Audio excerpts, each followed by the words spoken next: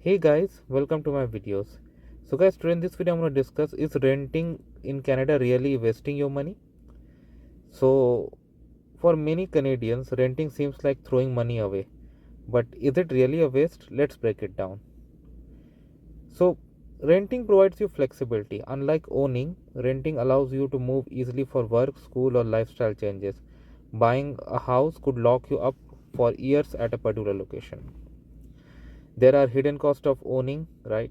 Owning a house isn't just a mortgage. Maintenance, property taxes, insurance, utilities, and renovations add up quickly and it hurts, right?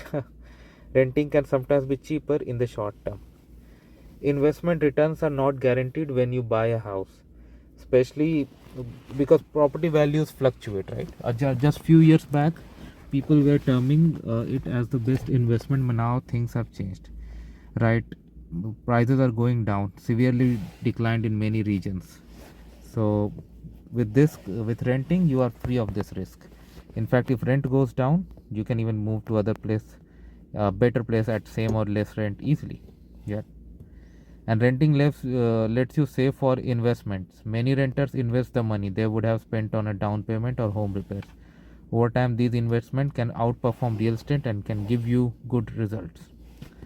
Location also. Okay. Location of with renting, you have more flexibility.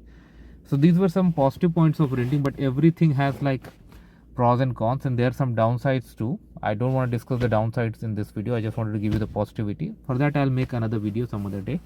I don't want to make it too long for you. Just wanted to give you some positivity. So renting isn't just like wasting money. It's a choice. It can give you flexibility, reduce risk, and free up cash for other investments. So this is what I want to discuss in this video, guys. I'm no longer a renter. So thanks for watching this, and please subscribe to the channel.